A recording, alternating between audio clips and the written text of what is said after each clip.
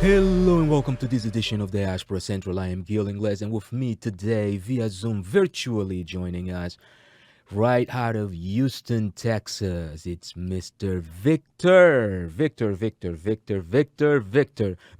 the real estate agent, Victor, the writer, the author, Victor, the U.S. military guy. Victor, are you with us on the line? I am. Thanks, Gil Ingles. Thank you. I wish I had a voice like yours for radio, but Thank you, thank you sir. for having me. I'm here with you. No, sir, you trust you me. You may not have the voice, but you definitely have a lot of other attributes that are way more beneficial probably than just the voice. Not only to me, but definitely to the community. You are one of those individuals, actually one of the first individuals that I met when I arrived in Houston. It was actually on the plane, I believe, when we met or at the airport. And the most impressive thing about you was the fact that you were at the time promoting your book. And I found that to be something very interesting because, in all honesty, as you know, culturally, we as Africans tend to document our stories very little. And to me, it was very impressive to see someone as young as yourself already preoccupied with the task of ensuring that you were documenting your story, that you're documenting the story of your life and of things that could actually benefit the community. So, how have you been? I've been pretty good. Yes, sir. Thanks for having me on here. First of Hmm. all, let me say I'm really humbled and honored that you have me on here. Thank, Um, thank you, sir. it's just, I don't see myself as someone like noteworthy of being interviewed. I'm very grateful. Thanks for having me on here. And I'm very grateful for what you're doing with Diaspora Thank you. uh, Control. Thank you. You know, one of the things that really caught my eye about the whole culture of diaspora that you're advocating for is that I have never really seen. I try not to look too much into the cultural differences. I think I like to think more about what builds us together, Right. uh, what than our differences. Mhm. However, though, I remember, when I first came to the U.S. at 16, the very first few years were very tumultuous because it's clear that you are no longer part of the African culture, Right. right? So when after a few years, you speak to people at home, and the way of thinking is different now, Yeah. and it's also very clear that you are not part of the U.S. culture, right? Okay. So you didn't grow up in the U.S. You don't have full understanding of the experiences historically and as and in the present.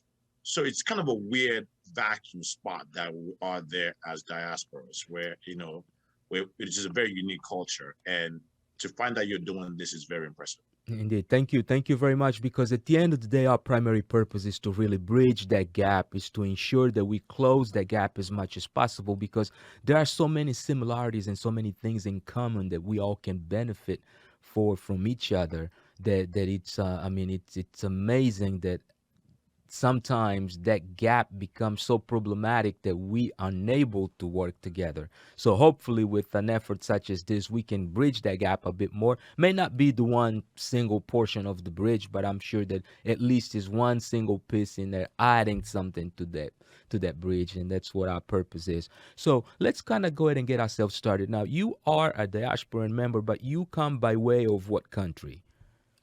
Nigeria. Nigeria. All right. What city? I grew up in Lagos, Legos. so Okay, so that's the home of Afrobeat. right, that's right. Yeah, so some of a lot of things, but that's Yes, sir. correct. Yes, sir. Yes. Yes, sir. Indeed. Now, you mentioned the home of many things. So, if there was something else other than Afrobeats that people should go to Legos and get, what would that be? A lot, right? So, I mean, personally, I think Lagos is probably one of the cultural hub of Africa, Hmm. right? So, a lot of people, there's actually, statistics out there saying that one out of every five Black people in the world is Nigerian. Okay. So it's about 220 million Nigerians, about slightly over a billion people of Black people in the world. So numerically, that's Hmm. it's factual. Right. And Lagos is the biggest city in Nigeria. It's the cultural driver of Nigeria. There's a lot of hustle in Lagos. It's kind of akin to the New York of the United States Right. or the Tokyo of Japan. So it's a lot of commerce driver.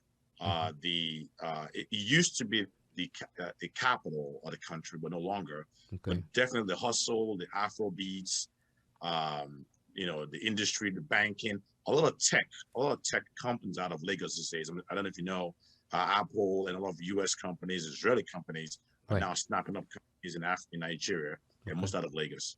Okay. And that's a great thing to know. So basically, we're looking at the economic capital of Nigeria, if we are to speak correctly. Right, indeed. Now, you get into the U.S. now. What exactly brought you to the States? What was the reason? I mean, at age 16, was it school, or just the parents moved? Kind of give us a little bit of that background. Well, primarily schools. Hmm. So I was born in the U.S. actually, but at a very young age, Okay. my family and my brother and I moved back to Nigeria. So it was Okay. always been something that my parents knew, that my parents went to college in the U.S. Okay. The Nigerians came to college in the U.S. and they moved back, like you Got you. alluded to, some of them did.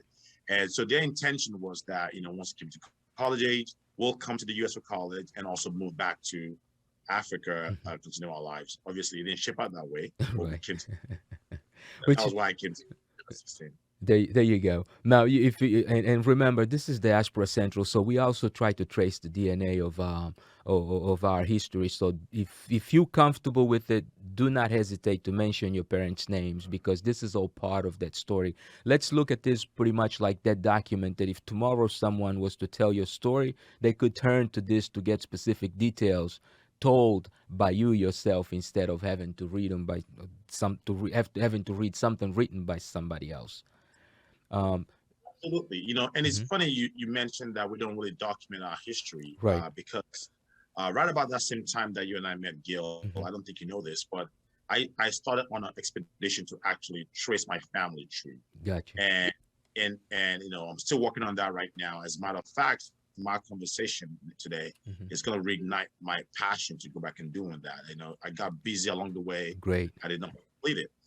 But it was very dawning on me to realize how little we've done in terms of our family history. Right. As Africans, we tend, even though we don't know of written documentation, we Right. also tend not to be very secretive, right? So as I was tracing my family history, I mean, Right.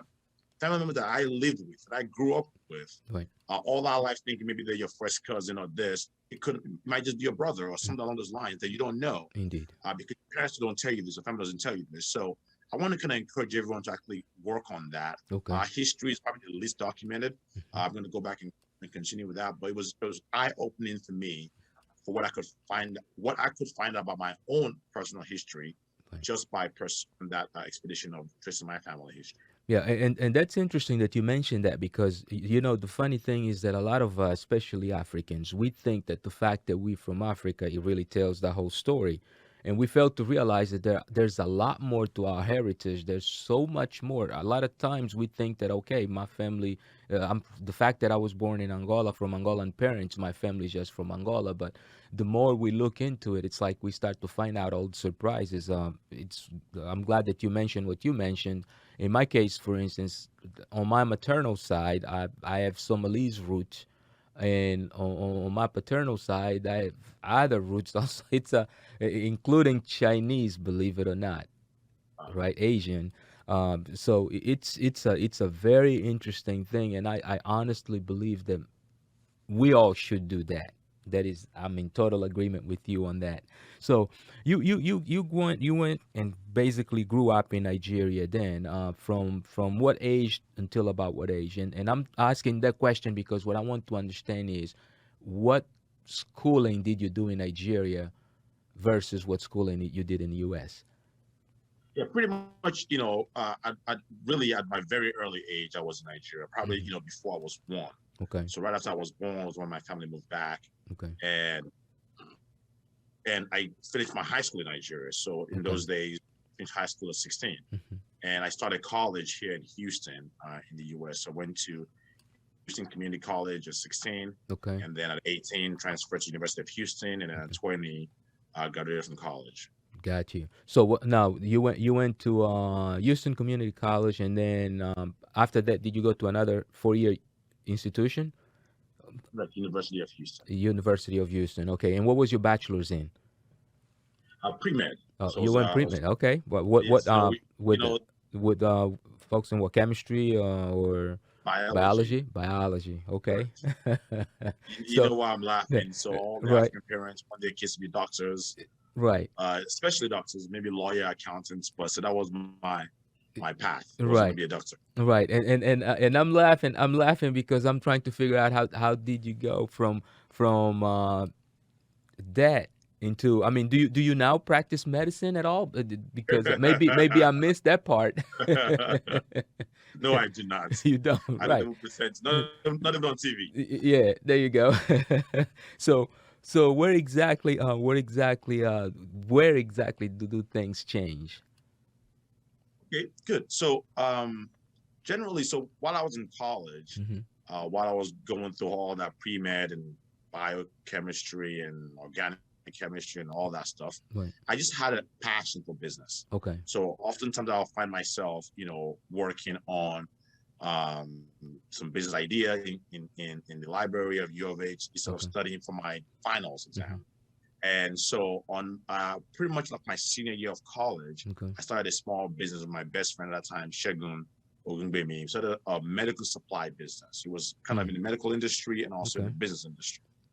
And it was just a grind, Right. and at that point in time in Houston, there was a lot of bad press about Nigerians in medical supply business. Okay. So you just kind of wound it down like, listen, we want to make sure we do things the right way. And it was becoming increasingly difficult in that industry. Hmm. So we wound it down, and I wanted to join the military. So I had a friend of mine that went in the military, told me good things about it. You can travel to the world. I was looking to pursue my master's degree, Okay. and the military was a good way to get that to pay for it. So after we wound our company down, Hmm. joined the military. Gotcha. So you go into the military, of course. You now somewhat of a businessman, right? Itching for business. Correct. Um, what is that experience like once you actually join the ranks of the U.S. Navy? Well, to me, overall, it's a great experience, Hmm. right? So I'm still in the Navy Reserves right now. Okay. So it's been 18 years and count. It'll be 18 years, July 28th. Okay. And I love it. Quite frankly, at this point in time, I do not get paid to be in the military anymore. I just do it for the love of it. Right. So it's been a very good overall experience. Yeah. Same thing that we alluded to earlier about how there was this cultural difference. Mhm. So on the onset, being the fact that I grew up in Nigeria, just came out of college and went right into the military. So I was kind of dealing with not knowing what my culture is to start with, from living in Nigeria, living in the US. Now got immersed in the military culture. That was even an additional layer of being completely lost. Mhm. So the very first few years was pretty rough, trying to figure out, okay, well, how are things supposed to be done in here? Right. How are we supposed to talk? How are we supposed to carry ourselves? What are your expectations being in this culture, the military culture, this military organization? Right. And trying to break the habits that I was used to. Mhm. So it was a pretty tumultuous time in the beginning. Right. But once you kind of get, you get fully indoctrinated into the military life, into the US culture, I really, really enjoyed it. Probably one of the best things I ever did in my life was to join the military. I've encouraged a lot of young people to join the military and have helped them along in their careers. Right. And I appreciate you doing that because in all honesty, we have a lot of young men and young women trying to figure out what is it that they're going to do. And a lot of times they hear a lot of those stories from individuals who have not even served, giving them their ideas of what the military is like. So it's always good to hear the real assessment of what the military can actually do for you, and especially when it is a positive assessment such as yours. But let's go ahead and take a very quick break so that we can show a little bit of some of the content of the things that you do. And when we come back, we'll be able to go ahead and continue the conversation with Victor, who is actually our guest today, right here on Diaspora Central. We'll be right back.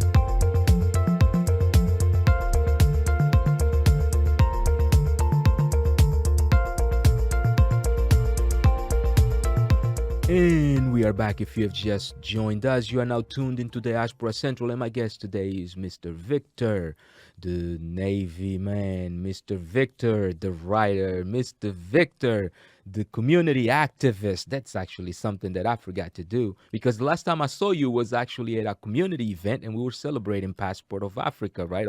Right? And, Absolutely. and there Absolutely. was at the said library. Right. Yeah. That's right. Yeah. So you were, before we went on a break, you were talking about joining the U.S. Navy, or the U.S. military, serving in the Navy, and now currently you still serving in the reserves, and you also did advise any young people to actually look into the military as I guess a career. How Right. many years did you do yourself in active duty? So I did 10 and a half years in active duty, Ten and right, a half. right around 10 and a half years. Right. Correct. Yeah. And which is pretty good, because a lot of people tend to just enlist themselves for 3. You do 10 and a half, you done definitely plenty. But I believe that the retirement point would have been 20 to 22 years, correct?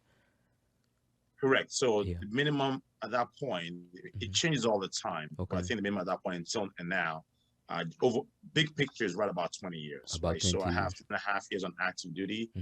I have 7.5 years of reserves. Okay. So if I do more years, I'll be eligible to retire. Got you. Okay, so even okay, so active duty and reserve at some point also they would basically bridge to Correct. So complete it the 20, continues. which is good, There's some right? technicalities between that, but it continues.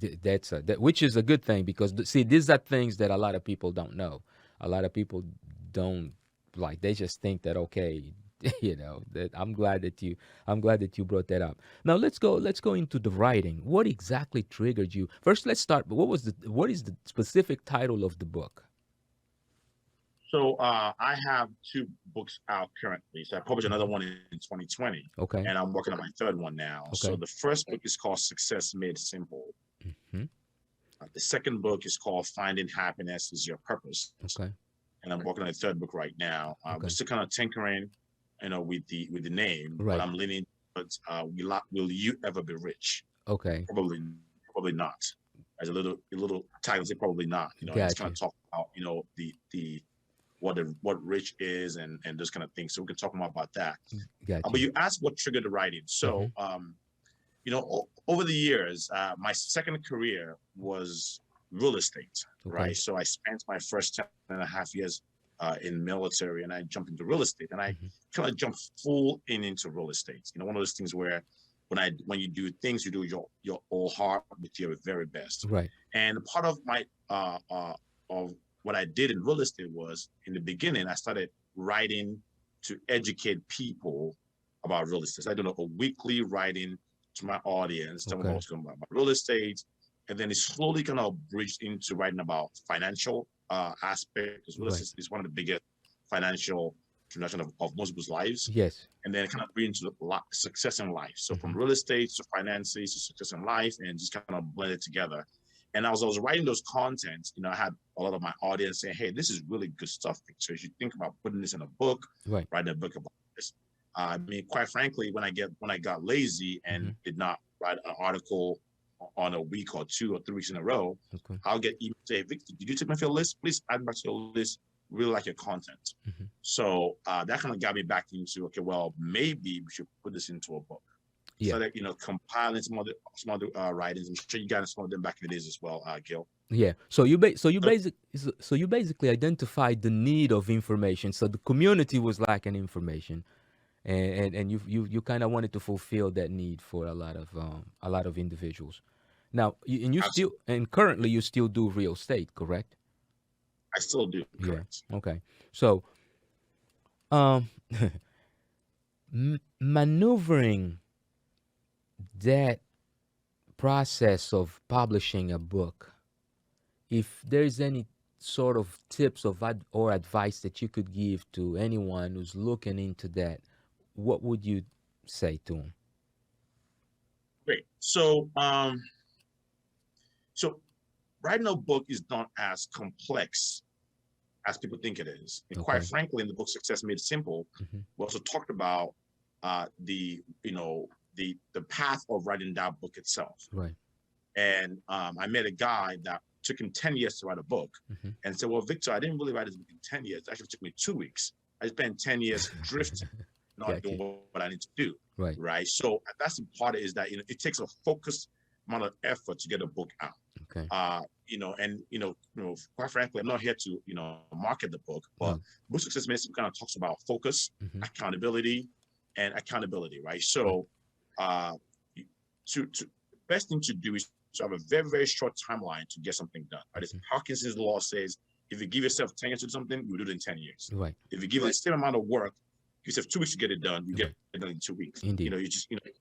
Works always fill the time you give it to. Indeed. Recently on my third book, I had a few of my best friend and my cousin were looking to write a book as well. So we said, okay, well, guys, they've been working on a book for years. Okay, let's do this. Let's get this book done in a month. And we said we'll wake each other up at 5 every morning, right, for the first 2 hours. Just get all our ideas out there. Don't edit it, don't make it pretty, just get it out there. Right. And we did that consistently. And no kidding, in 3 weeks, we all put, the framework of a book out, 30,000 words a piece, put the framework of a book out. And now, once you've done the framework, you can now turn to an editor to not edit it and make it look pretty for you. But, you can get a good book out. Once you already have the ideas, you already have the templates, a good book out in a month or two easily. Gotcha. So for those people who actually think that it takes forever to get one done, you have just pretty much busted their mystery. It's a matter of 2 weeks to a month, so everyone should be able to get that done. I guess the key thing to be taken out of this is really a portion of project management, right? You got to have a beginning date, you got to have an end date, and you got to have accountability in the process. So you got to have commitment and be able to be accountable for the time that you're actually putting into the project, to speak technically. Absolutely. I couldn't say it better. That's what it is. It's just that the focus, the time bound, and having accountability. You cannot overemphasize that accountability part of it. When it was 3 of us in this group that wrote the last one, and when someone posted, "Hey, got 500 words today, got 1,000 words tomorrow, got 500 words tomorrow," and if you skip 3 days in a row, it will be quickly hit you that, hey, I got to get back on this project. Gotcha. And oftentimes people think you also need to do big deals at a time. The 1,000-mile journey starts with 1 step, right? So we all just go ahead and get started. The way to eat an elephant is 1 bite at a time. Just 1 step at a time, 300 words a day, whatever it is. Before you know it, you're done. Indeed, quite true. Now let's go into real estate. Let's first start, I guess, with the state of real estate right now.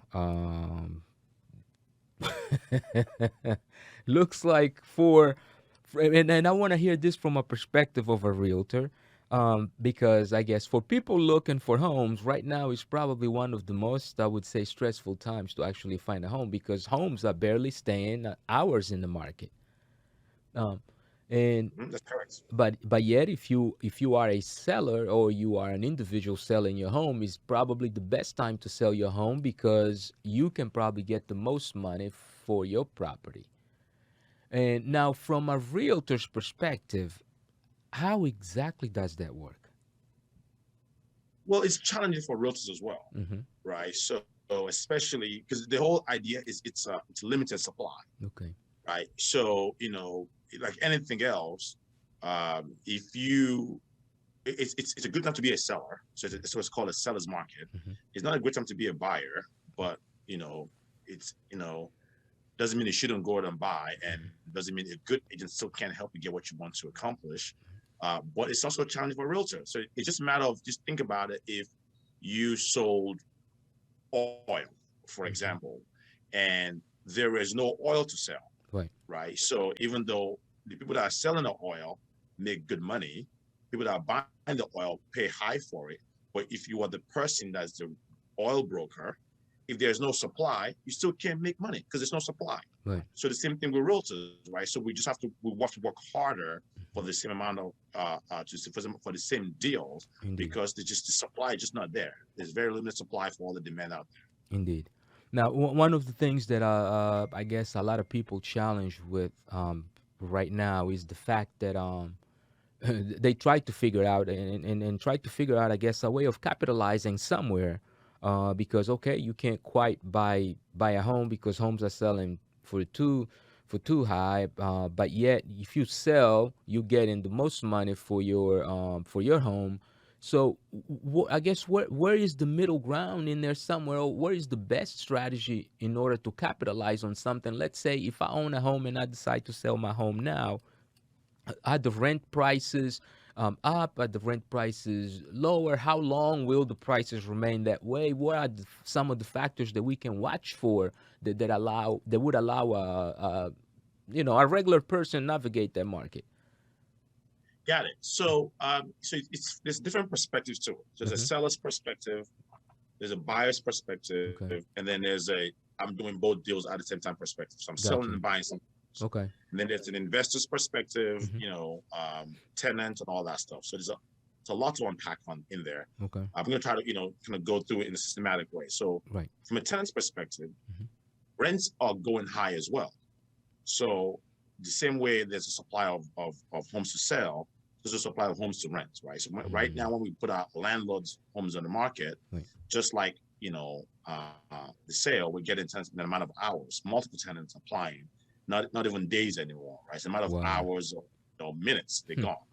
So, and which means people, we're asking for $2,000. We get 40 applications the first day. Say, I'll pay you $2,500. Pay people are offering more. The landlord is asking because now they've tried 8 times and like, I'll pay whatever. Just give me a house. Right. From the tenant's perspective, from the seller's perspective, you're just selling. It's a great time to sell, right? You're getting record price for your home. People are paying you more than what you're asking for. People are paying more than what you would even appraise for. Right. Right. So because of a supply and demand shortage and cost of materials have gone up as well. Right. If you're a buyer's perspective, it's a tough time to be a buyer. Now, well, before I get to the buyer, so let's just say you're doing both deals. You're selling a home Right. and buying a home. Okay. That's a reasonable thing to do because you sell high, you buy high, it washes out. Right. Gotcha. So you're also at a higher price. Yeah. You tend to probably buy a little higher, or if you're very good agent like me, negotiate a very good deal. You don't buy so high, Right. but you're still gonna even out, right? You still gonna buy the same. Gotcha. If you're just buying, the fact is tough, right? But it's tough if you're comparing it to a year ago, right? Now, the question you're really asking me, Gil, which my clients are asking me, is that, should I buy now? Right. Or wait until next year to buy? Right. Will the price be better next year? Indeed. That's what you're asking me. Indeed. The price Indeed. is better in the future than now. Should I wait or not? Right. And that no one has the answer to that question.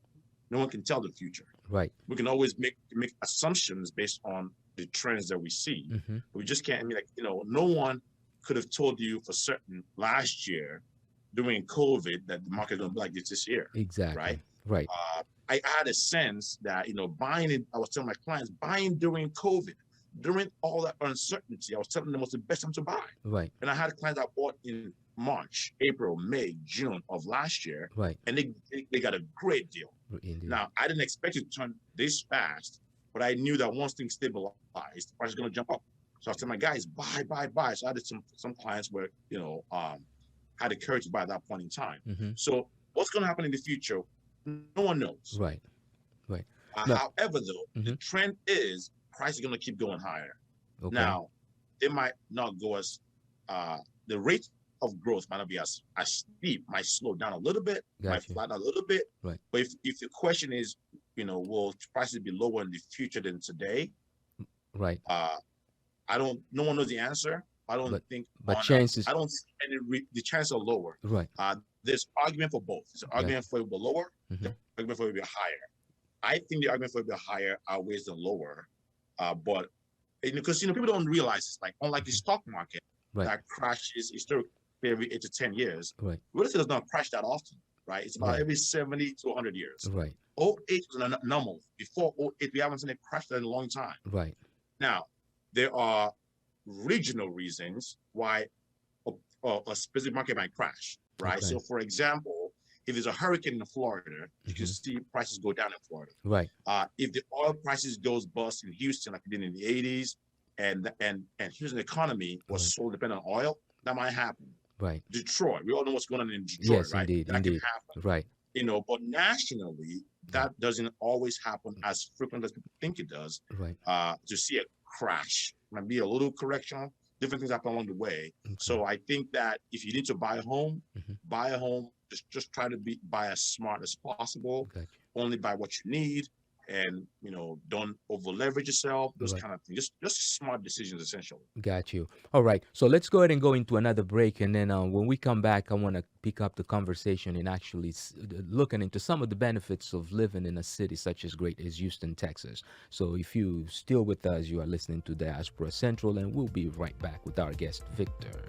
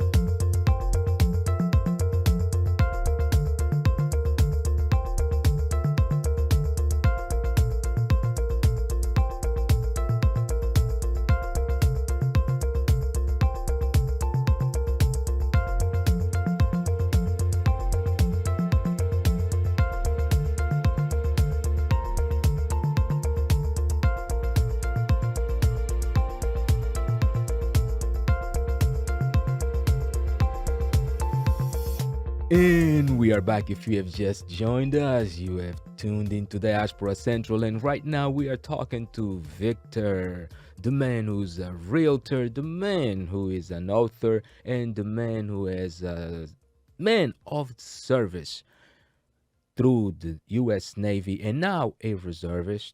This man is actually giving this country his service and continues to give his community his service also. Victor, let's go and continue the conversation on real estate. We're talking about buying, not buying, the prices and all that. But let's go now into a specific market, which is the market in Houston, Texas, which is a market that you know well as a realtor. Got it. Yeah. Okay. So the Houston market, right? Mm-hmm. So I think, I tell my clients not to overreact. Okay. Get a good agent, that's experienced and understands how these things work. Overall, I think things always revert back to the mean, right? Okay. You're correct. In 2017, Hurricane Harvey happened, Right. and some neighborhoods that it affected, Mm-hmm. they were selling for pennies, like, a Right. cent, 2 cents on a dollar. Right. And now those same neighborhoods have eclipsed, what they were selling pre-Harvey by a lot, by a large margin. Right. And, but it's a global shortage of homes right now, definitely almost across the United States, but almost across the world, right? So you shut down all production, just like that in a very strong economy, for months, and then try to reopen. It takes a while to reopen and get things back. And, and a hurricane, and then simultaneously, most governments in the world flooded everyone with money. Right. So almost almost everyone has record amounts in savings right now. Right. That's exactly what's happening, not just in real estate, quite frankly, Right. Gil. This is happening in stocks. Right. And that's why you see record price in the stocks, record price of Dogecoin, of Bitcoin, Right. of oil. All assets are very high because everything was kind of shut down initially. Indeed. Prices of stocks crashed, everything crashed, and everyone has a bunch of money. So now we have a lot of money chasing limited supplies, right? So that just caused hyperinflation.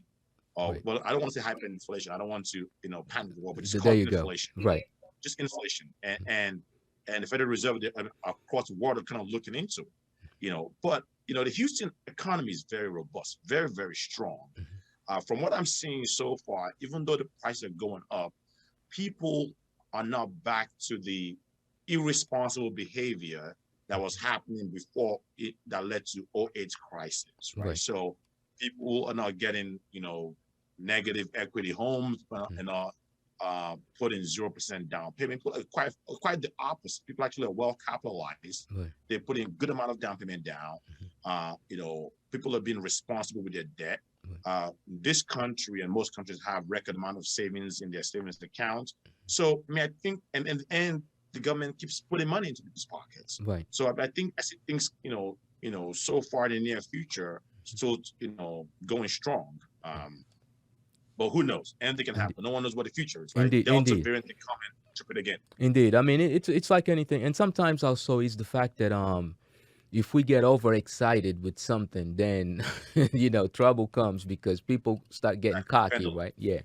But Exactly. that economic curve is definitely there. It's definitely visible. And one of the key things, and I want to make sure that I emphasize that as a portion of what you mentioned, is that you still make sure that if you're going to invest smart. If you're going to buy smart. So at the end of the day, you still gotta be smart about what you're doing and make sure that you getting the most out of your dollars so that you can capitalize on the little bit that you're investing into whatever you're investing, whether it be a home or a investment property. We would say in this case. Absolutely. Yeah. And that's critical in any market, right? Right. Be conservative. Look for multiple points of entry, multiple ways. Think about what can go wrong, right? Not just Indeed. Don't just focus on what can go right only. Right. Okay, what can go wrong if things go bad happens? Am I Right. well capitalized? Am I taking too much risk? Right. Just keep thinking that in mind. Indeed. That way you don't get caught, with your pants down. Indeed. Right. So now you mentioned something as you were talking. You mentioned cryptocurrency. So I just want to ask a question. Are you actually playing with cryptocurrency? Have you attempted? Have you gotten into it? Well, I don't want to get in trouble with your audience here. I know Elon Musk is in trouble with the Bitcoiners, but he's in love with the Dogecoiners, all that stuff. Right. Personally, I'm not. Okay. So I'm very risk averse. Yeah. Yeah, so I'm very risk averse in my approach to business, my approach to investments. Right. I look for something stable, Got you. proven, tried and proven, and and my opinion is that unless you take very, very high risk, in the past year, Right. cryptocurrencies got a lot of attention, Yes. right? However, though, we all agree it's high risk. Indeed. Indeed. But if you look at real estate and if you look at stocks generally, Right. the normal index funds and what have you, Right. they've done very well as well, Indeed. right? Yeah. They're not as good as Bitcoin or the real meme coin, Dogecoin, whatever it is, Right. but they've done very well, right? Right. So, I think last year, the whole stock market went up over 40%. Yes. It's a record year. Yes. Real estate, I'm seeing deals, going up 70, 80% property Yes, the sir. past year, Yes, sir. right? Yes, So, sir. to me, you don't want to take unnecessary risk. And the way I approach is, if I can make similar returns with what I do know, why would I take unnecessary risk for With marginal something that income right, which or the same return? which goes right on back into what you were saying. You still gotta be smart about what you're doing and make sure that it applies to you, because of course, in your case, that is something that wouldn't make much sense because you already have a form of investment, and the way you have been investing has been making good sense for you. So you rather maintain that way of investment. So for someone who's probably coming out, maybe going into crypto and messing with it, may be a better chance for them if they don't, or maybe both, right? It just depends. But Absolutely. Now, no, I'm not a financial advisor, so I indeed, have to have that yeah, disclosure out there. we need to put that disclosure out. Neither am I. These are personal opinions based on our ways of living and the way we sustain ourselves. So, and hopefully people will also take them that way. At the end of the day, you have to be smart when it comes to investments. Now, let's go and touch on something else, which is now the community involvement, and what we basically see Houston growing as a city, of course, as a community of Africans and things of that sort. In the last time you and I were together was actually at Passport Africa at said institute. One of the hidden gems of this city, because I support them in any way possible. I just think that they are the it of the African community. They believe in the intellectual cause, in educating, in the youth and the family values. It's all in one place: education, training. Gracious, man, I can give that place enough accolades. And it's a peaceful place where you can actually go, sit down, read a book, and peacefully reflect. Things that today are hard to find in the environments where we find ourselves. Um, from your perspective, when looking at the community, what are some of the things that we as Africans here in the community can probably do to improve some of the situations going on around us? No, thank you for that. So, I share the same sentiment that you share about said institute. And I want to give a quick shout out. So it's saidinstitute.org. The founder is Debo Falon Shaw. Is actually one of our clients as well at my real estate company. And I'm hoping, one day if I can keep contributing, serve with said, and because it really said is about two things, included along with what Gil has just mentioned. It's about community and education, right? And those are the things that bring us joy and success in life. And I'm a big both my books are about success and happiness, and happiness is all about relationships and community, Yeah. and said really embodies that, and that means a lot to me. And one of the things I'm really proud of said about is that it all and simply Diaspora Central, you just highlights the great things that's going on in our community, Thank right? you. Because a community of color, especially from Africans, we get a very bad rap by the media sometimes, Mhm. in general, that whereas it's Right. absolutely opposite, right? Indeed. So our community contributes more to almost any society we go into, Right. than we take out of society. Mhm. And when you talk about what can we do better, we're already doing that, Right. right? Things like said institute are all over the place. Mhm. They are, the mayor of Houston really recognize the African culture, people in the African diasporans in here, Mhm. because of so much contribution we do in the community. When there's things like NAMC, NAMC, Right. there are things like several cultural days, Right. um, grocery stores, Indeed. education. Gil, Right. the impact of Africans Yes, in indeed. medicine, Indeed. in medicine, in Indeed. Houston alone, right? Indeed. You take Right. Africans out of Houston medicine, Houston economy might collapse, Right. right? Right. Medical center, the Yeah. energy corridor, Indeed. right? So there's so much Africans in the diaspora are contributing to this city, Right. especially Houston, right? Right. Or the other cities in Oh, Atlanta, New indeed. York, Indeed. DC, those kind of things. I mean, I can't speak enough about what SED is doing, but there are so many chamber of commerce. People like Raul Ketty, Mhm. so many people out there doing amazing work. Clara Iguala, Wazobia Market, Discovered Homes, several businesses, several people Right. out there just doing great things, Mhm. and you know, organically, Right. you will see things more like said. Mhm. Organically, people working together Right. to create a better site for us. It's not planned. It's just more organic people of good nature Right. improving. I mean, Diaspora Central, right? All these Indeed. kind of things. Indeed. There's Diaspora TV. There's a Right. lot of things that we're doing Indeed. in the community, that we can all be part of. Indeed. Yeah, definitely. And now let's go into a much lighter portion of the conversation. This is when we tap a little bit into your personal self. And this is where you basically give those flowers and the shout outs to those who actually hold you down on a daily basis. Now, we all know that when a great man is presented before the people, besides that man, there's always someone else who is just as important as that great man, and that happens to be that main lady. What is the main lady's name, if you may? Absolutely. So first of all, we are all great people, Right. right? So I mean, I really hate to be on a pedestal. We're all here doing our best, from Jeff Right. Bezos to Barack Obama Right. to Gil Ingles to lowly Victor Lofinmakin. But Indeed. thank you, I really appreciate that. That's a Yes, big sir. honor. Yes, sir. So obviously, like you said, there's always a great woman next to you. Well, there is a great woman next to me. My wife's name is Dolly Lofinmakin. Absolutely incredible person. Right. I can't say enough about her. Mhm. Love of my life. The person that kind of brings it all together. With our family, we have three beautiful kids. Right. Jade, which is 11, Mhm. Dollar is 8, Right. Jimmy is 3, Okay. and without that, our family would be nothing. Right. And to be able to go out there and accomplish a lot of things out there, you need a lot of peace at home, a lot of Indeed. peace at home.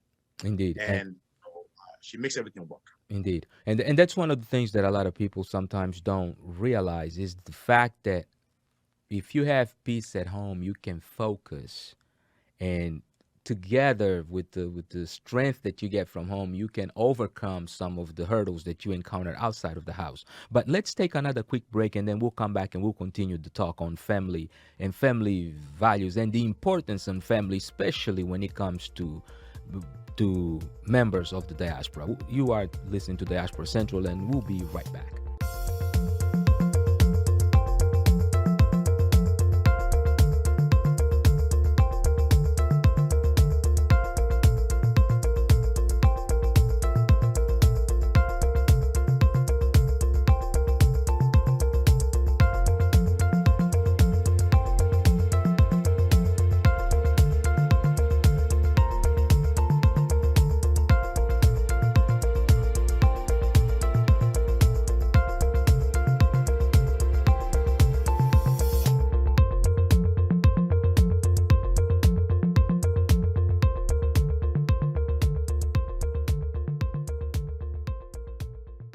And we are back. If you have just tuned in, you are listening to Diaspora Central with Gil Ingles, and my guest today is Mr. Victor. Yes, the man with the touch. With the touch, and I say the serious touch, not only for real estate, not only for penmanship and telling stories, but also definitely today we have discovered that he also has the gift of the gab, and definitely the gift of giving good advice. So if you have missed the beginning of this program, I suggest that you go and start this program from the beginning, because he definitely is giving great advice when it comes to real estate, great advice when it comes even to looking into investments, great advice when it comes into looking for careers in the military, and of course now he's giving us great advice on family life, love, raising children, and all that. Victor, you know that with us Africans, we like to put each other on the spot. So That's it. That's it. I see that. I see that. I see some that. some Thank you. some things never change. Absolutely. You can take an African out of Africa, but you won't take Africa out of the African. Absolutely. Absolutely. Indeed, but it's all in great fun. In all honesty, it's all in great fun. So you were telling us, of course, Dolly is the main lady, and our I would say our appreciation really for her, and I say our appreciation, and at this point I speak in the name of the community, because I know that for men who are busy as you are, it takes a very patient woman to understand that and to ensure that she's holding the rest of the fort down, so that whenever you are ready to make a move, she's able to make that move right with you, maintaining the unit intact and ready to win against the world. So for that, thank you very much. And to you, thank you for being an exemplary male in the community that our young men can look into and actually see someone that they can mimic or that they can try to be like once they grow up. So thank you on behalf of our community. Now let's talk about love, love. And this is the portion in which we go in and we start to ask questions regarding how did you guys meet, where did you meet, what made her so special to you. And coming live from Houston, Texas. I Mhm. told you before this whole show is over, I'm gonna try my radio voice. You Right. guys can communicate. There you I'm go. as good as English. uh, I think that was horrible, Gail, but I had to give it a shot. Maybe I had a career, maybe have a career in radio sometime in the future. So There you go. I'm gonna keep practicing that. Yeah. Okay, yes. So talking about my family. Mhm. So Dolly and I met through mutual friends Okay. in 2000, right? So I just came out of officer training school. I was in Houston for a short period before going to my next duty station in the military. Mhm. and I was fit, ready to go. Just came out of officer boot camp, and we met the mutual friends, Okay. and we just clicked. Talked all night. Yeah. And she's just a great person, a great heart. Gotcha. Almost. I mean, I hate to say almost immediately I knew she was the one, because I don't want to go into a soppy story, and I like to be Mhm. real and authentic. Right? Okay. There are no perfect people. Everything has challenges and those kind of things. Right. But she was a very special person from the beginning. Okay. Right? So as time went on, we kept being friends. Mhm. I went to my next to the station in Georgia. We became friends. I went to Japan for years. Mhm. We became friends. We just kept our friendship, our Okay. relationship going on. And then, when I came back to the U.S. after my Japan, I was stationed in Maryland, Mhm. and I think it dawned on me that that's who I want to spend my life with. Gotcha. And at that point in time, I knew if I lost her, it would be a big blow to me and my future. I wanted her to be the mother of my kids, Mhm. just kind of so on and so forth. So just proceeded, got married, had kids, settled down, and it's been up and down like every marriage ever since. But Right. she makes me look good. There you Trust me. go. She's the angel in this relationship. Yeah, and that's what is important, is to make each other look good and make each other be better, right? That's what makes a good relationship work. Now, I will introduce something to you both that I believe that you need to bring her to, and that's a kizomba dance. A kizomba dance. A kizomba is this dance from Angola, and you guys need to come out and try it out at some point. So I'll keep you posted on that, but you definitely need to try, because what that dance honestly does, it improves the trust between couples. It's one of the most beautiful forms of therapy that you go through without even knowing that you're going through therapy. Because what happens is, although you, the male, do lead, she has the option to follow or not follow. And on the things that she thinks that she shouldn't follow, she will correct you, but she will correct you in a way in which you still will look good, and it will look almost as if it was meant to be. So, How do you spell Kizomba? Kizomba, Kizomba. Yes, Google sir. him. Yeah. And Thank you. yeah, She's the dancer of the family, so yeah. I didn't get the gift. I didn't get that Oh, gift of dancing, but if I'm you working on it. if you can do a 1-2-1-2, trust you and me. Before you know, you'll be the samba show of the party, man. You'll be the man in the middle of. Okay. Come on, you are Legos man. Yeah, If you that's got, true. That's yeah, true. when you That's when true. you gotta have some kind of beat. I do my best. Indeed. I will give it a shot. Yeah, indeed. Now, one piece of advice that you would probably give to young men, young women who are currently looking for love, because that's one of the things that happens a lot now in the community. And now I'm tapping into you, like you, the elder, right? Um, I Okay. told you, we put our people right on the spot all the time. We don't miss an opportunity at all. Speaking from an elder's perspective, right? And you know that it's always important to introduce people in the community to other community members. Not as far as arranging marriages, but definitely making the proper introductions. But as an elder in the community, what would your advice be to some of the young people who are still looking, and that they can't quite determine whether they need to stay to get married or just simply play the field? What would your advice be? And that's for So men good and women, women. right? Yes, sir. Yeah. So first of all, I've never been referred to as an elder before, so this is a Right. first. Yeah. So this is my first time being an elder. There you go. Uh, I mean, quite frankly, Gil, I Mhm. really struggle giving advice in this kind of field, Okay. in almost any field, Hmm. because at the end of the day, we are all just still practicing Hmm. and doing our best, Right. right? In relationships, in business, Hmm. and life, we're all just still practicing life thing. No Right. one really has the ultimate formula, no matter what anybody think they do, Gotcha. you know. But I think, one thing that will serve all of us well, Hmm. including myself, Hmm. being tolerant, right? Being tolerant of each other, Mm-hmm. realizing that no one is perfect. We all seem to think we're perfect, and everybody is wrong, but we're not. So you see, so that tolerance will really serve me well, serve you well, serve everybody well, right? Not taking ourselves so seriously, right? I'm not a deeply spiritual person, Right. but I mean, I know when I see some very good quotes or good words, and like vanity upon vanity is all vanity, Right. right? So everything in this world is all vanity today. So let's not Mm-hmm. take it too seriously. Right. Care for one another, right? There you go. Uh, love one another, care for one another, be open to tolerate one another's wrongs. And I think marriage is a beautiful thing. Mm-hmm. It's challenging, but every relationship is challenging. But it's always nice to know you have that one person there, which you at least hope they'll have your back when the chips are down. Right. So there's nothing magical about marriage or not being married. You can be happy either way. But it was, I wanted to have a family. I wanted to have kids.